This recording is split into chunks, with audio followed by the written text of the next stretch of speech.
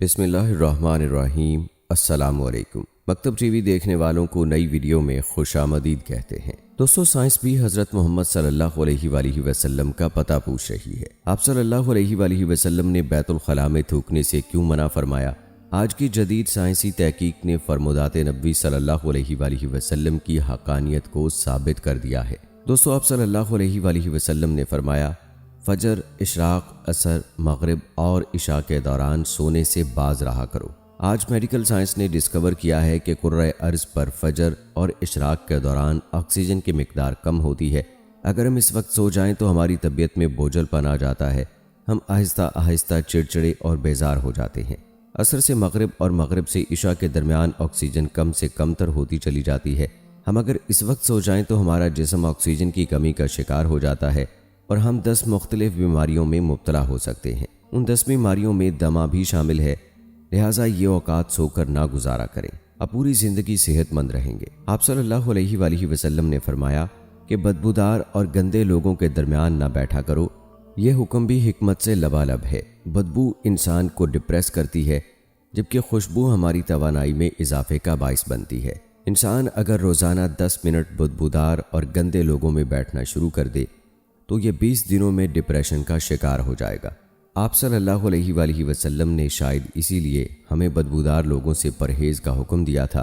آپ صلی اللہ علیہ وآلہ وسلم نے فرمایا کہ ان لوگوں کے درمیان نہ سوئیں جو سونے سے پہلے بری باتیں کرتے ہیں۔ یہ فرمان بھی حکمت کے عین مطابق ہے۔ آج سائنس نے ڈسکور کیا کہ نیند سے قبل ہماری آخری گفتگو ہمارے خوابوں کا موضوع ہوتی ہے، اور یہ خواب ہمارے اگلے دن کا موڈ طے کرتے ہیں۔ ہم اگر برا سن کر سوئیں گے تو ہم برے خواب دیکھیں گے، اور ہمارے برے خواب ہمارے آنے والے دن کا موڈ بن جائیں گے۔ ہم خوابوں کے طے کردہ موڈ کے مطابق دن گزارتے ہیں، چنانچہ نیند سے قبل ہماری آخری محفل اچھی ہونی چاہیے، تو ہی ہمارا اگلا دن اچھا گزرے گا۔ آپ صلی اللہ علیہ وآلہ وسلم نے فرمایا کہ بائیں ہاتھ سے کھانا نہ کھاؤ۔ یہ فرمان بھی عین سائنس ہے۔ ہمارے دماغ کے دائیں اور بائیں حصے مثبت اور منفی ہوتے ہیں، یعنی جب ہم دائیں ہاتھ سے کھانا کھاتے ہیں تو ہماری سوچ مثبت ہوتی ہے، اور جب ہم اپنے بدن کو بائیں ہاتھ سے کھلاتے ہیں تو ہماری منفی سوچ طاقتور ہوتی چلی جاتی ہے۔ اب مشاہدہ کر لیں، آپ کو بائیں ہاتھ سے کھانے والے اکثر لوگ منفی ملیں گے۔ یہ ہمیشہ آپ کو شک و شکایت، غیبت اور دوسروں کو نقصان پہنچاتے نظر آئیں گے۔ آپ صلی اللہ علیہ وآلہ وسلم نے فرمایا کہ منہ سے کھانا نکال کر نہ کھاؤ۔ تحقیق سے اس فرمان کی بھی حکمت سامنے آتی ہے۔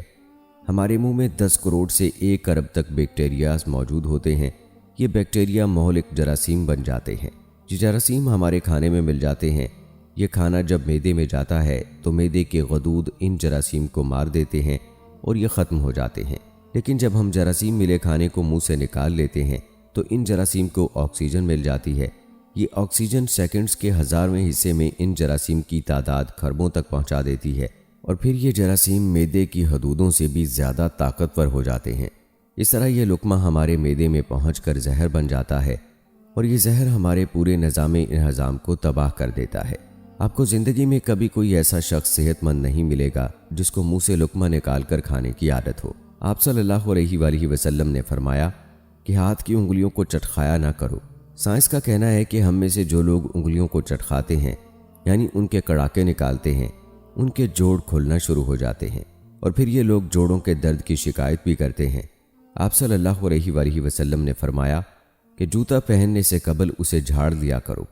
ہماری زندگی کے عام واقعات میں کیڑے مکوڑے، بچھو، چھپکلیاں اور چھوٹے سانپ ہمارے جوتوں میں پناہ لے لیتے ہیں۔ ہمارے بچے بھی جوتوں میں کیل کانٹے یا بلیڈ وغیرہ پھینک دیتے ہیں، تو جب ہم جوتا پہنتے ہیں تو ہمارے پاؤں زخمی ہو جاتے ہیں یا پھر کیڑے مکوڑے ہمیں کاٹ لیتے ہیں، لہٰذا جوتے پہننے سے قبل اسے جھاڑ لینا چاہیے۔ آپ صلی اللہ علیہ وآلہ وسلم نے فرمایا کہ نماز کے دوران آسمان کی طرف نہ دیکھو۔ یہ فرمان بھی درست ہے۔ آسمان میں ایک وسعت ہے، یہ وسعت ہمیشہ ہماری توجہ کھینچ لیتی ہے۔ ہم جب بھی آسمان کی طرف دیکھتے ہیں تو ہماری توجہ بڑھ جاتی ہے، ہمیں توجہ واپس لانے میں ٹھیک ٹھاک وقت لگتا ہے، جبکہ نماز کے لیے یکسوئی درکار ہوتی ہے۔ ہم جب نماز کے دوران آسمان کی طرف دیکھتے ہیں تو ہم سجدے اور رکوع بھول جاتے ہیں۔ یہ فارمولہ تخلیقی کاموں کے لیے بھی اہم ہے۔ اگر کوئی لکھاری لکھتے ہوئے، مصور تصویر بناتے ہوئے اور موسیقار دھن بناتے ہوئے آسمان کی طرف دیکھیں تو ان کا تسلسل ٹوٹ جاتا ہے۔ یہ اپنا کام مکمل نہیں کر پاتے۔ شاید یہی وجہ ہے کہ دنیا کا زیادہ تر تخلیقی کام بند کمروں میں مکمل ہوا۔ انبیاء، اولیاء اور بزرگان دین نے بھی بند جگہوں پر اللہ سے لو لگائی۔ آپ صلی اللہ علیہ وآلہ وسلم نے فرمایا کہ رفع حاجت کی جگہ مطلب ٹوائلٹ میں مت تھوکو۔ یہ حکم اپنے اندر دو حکمتیں رکھتا ہے۔ بیت الخلاء میں تھوکنے سے بعد میں آنے والوں کو بھی تکلیف ہوتی ہے، اور دوسرا ٹوائلٹس میں لاکھوں قسم کے جراثیم ہوتے ہیں۔ ہم جب تھوکنے کے لیے منہ کھولتے ہیں تو یہ جراثیم ہمارے منہ میں پہنچ جاتے ہیں، اور پھر یہ ہمارے لعاب میں یعنی تھوک میں پرورش پاتے ہیں۔ یہ معدے اور پھیپھڑوں میں پہنچتے ہیں اور پھر یہ ہمیں بیمار کر دیتے ہیں۔ آپ کو یہ جان کر حیرانی ہوگی کہ ہماری ناک جراثیموں کو پھیپھڑوں تک نہیں جانے دیتی۔ ہماری ناک سے صرف کیمیکل جسم میں داخل ہوتے ہیں۔ جراثیم زیادہ تر منہ سے بدن میں اترتے ہیں، اور ان کا بدن میں داخل ہونے کا سب سے بڑا ذریعہ بیت الخلاء یعنی ٹوائلٹس ہوتے ہیں۔ چنانچہ آپ ٹوائلٹ میں لمبی لمبی سانسیں لینے، تھوکنے، گانا گانے، آوازیں دینے اور موبائل فون پر بات کرنے سے پرہیز کریں۔ آپ کی صحت اچھی رہے گی۔ نبی کریم صلی اللہ علیہ وآلہ وسلم نے فرمایا کہ لکڑی کے کوئلے سے دانت صاف نہ کرو۔ ہم میں سے بے شمار لوگ کوئلے سے دانت صاف کرتے ہیں۔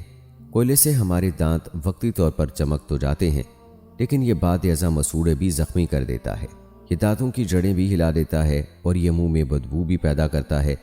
لکڑی کا کوئلہ تو سیدھا سیدھا کاربن ہے، یہ ہائیجینک بھی نہیں ہوتا۔ آپ صلی اللہ علیہ وآلہ وسلم نے فرمایا کہ ہمیشہ بیٹھ کر کپڑے تبدیل کیا کرو۔ اس میں مصلحت یہ ہے کہ ہم میں سے اکثر لوگ شلوار، پتلون یا پاجامہ پہنتے وقت اپنی ٹانگ پھنسا بیٹھتے ہیں اور گر بیٹھتے ہیں۔ ہم میں سے ہر شخص زندگی میں کبھی نہ کبھی اس صورتحال کا شکار ضرور ہوتا ہے۔ بالخصوص بڑی عمر کے افراد کو اس حوالے سے احتیاط برتنا چاہیے۔ آپ صلی اللہ علیہ وآلہ وسلم نے فرمایا کہ اپنے دانتوں سے سخت چیز مت توڑا کرو۔ ہم لوگ اکثر بادام، اخروٹ یا نیم پکا گوشت توڑنے کی کوشش میں اپنے دانت توڑوا بیٹھتے ہیں۔ دانت زندگی کا اہم ترین حصہ ہے۔ شاید اسی لیے آپ صلی اللہ علیہ وآلہ وسلم نے دانتوں کو سخت چیزوں سے بچانے کا حکم دیا۔ دوستو، نبی کریم صلی اللہ علیہ وآلہ وسلم نے ساری زندگی سادگی سے گزاری۔ رہن سہن میں سادگی، اوڑھنے بچھونے میں سادگی، لوگوں کے ساتھ میل جول اور رکھ رکھاؤ میں سادگی۔ آپ صلی اللہ علیہ وآلہ وسلم کے گھر پر کئی دن کا فاقہ ہو جاتا۔ ایک موقع پر حضرت فاطمہ رضی اللہ تعالی عنہا بارگاہ نبوت میں روٹی کا ٹکڑا لے کر حاضر ہوئیں۔ آپ صلی اللہ علیہ وآلہ وسلم نے پوچھا، یہ کیا ہے؟ کہا، یہ روٹی ہے جسے میں نے پکایا ہے۔ دل نے گوارا نہ کیا کہ آپ کو چھوڑ کر کھا لوں، اس لیے یہ لے کر حاضر خدمت ہوئی۔ آپ صلی اللہ علیہ وآلہ وسلم نے فرمایا، یہ 3 دن کے بعد پہلا کھانا ہے جو تمہارے باپ کے پیٹ میں گیا ہے۔ کبھی آپ صلی اللہ علیہ وآلہ وسلم کے دسترخوان پر 2 قسم کے کھانے جمع نہ ہوئے۔ اگر روٹی تناول فرماتے تو اس کے ساتھ کوئی اضافی چیز نہ ہوتی۔ کبھی آپ صلی اللہ علیہ وآلہ وسلم پر ایسا فاقہ ہوتا کہ بھوک کی شدت سے پیٹ کمر سے چپک جاتا۔ غزوہ خندق کے موقع پر حضرت طلحہ رضی اللہ تعالی عنہ نے کھدائی کے دوران حضور اکرم صلی اللہ علیہ وآلہ وسلم کے پاس آ کر بھوک کی شکایت کی اور اپنا پیٹ کھول کر دکھایا۔ اس پر ایک پتھر بندھا ہوا تھا۔ یہ دیکھ کر آپ صلی اللہ علیہ وآلہ وسلم نے بھی اپنے شکم مبارک سے کپڑا اٹھایا، اور ابو طلحہ رضی اللہ تعالی عنہ کہتے ہیں کہ ہم نے دیکھا کہ آپ صلی اللہ علیہ وآلہ وسلم کے جسم مبارک کے ساتھ 2 پتھر بندھے ہوئے ہیں، جبکہ اگر آپ چاہتے تو آپ صلی اللہ علیہ وآلہ وسلم کے لیے کیا کچھ سامان عیش و عشرت کا انتظام نہ ہوتا۔ مدنی زندگی کے آخری دور میں خصوصاً خیبر و حنین کی فتح کے بعد سامان عیش و عشرت کا انتظام نہ ہوتا۔ آپ صلی اللہ علیہ وآلہ وسلم نے اپنی اس بے تکلف طرز زندگی کے ذریعے یہ بتلا دیا کہ تمام سامان راحت کے ہوتے ہوئے بھی اس طرح کے معمولی زندگی گزاری جا سکتی ہے۔ دوستو، ویڈیو اچھی لگنے کی صورت میں اسے لائک اور شیئر ضرور کیجیے گا، اور چینل کو سبسکرائب بھی کر لیجیے گا۔ ملیں گے ایک نئی ویڈیو کے ساتھ، تب تک کے لیے اللہ نگہبان۔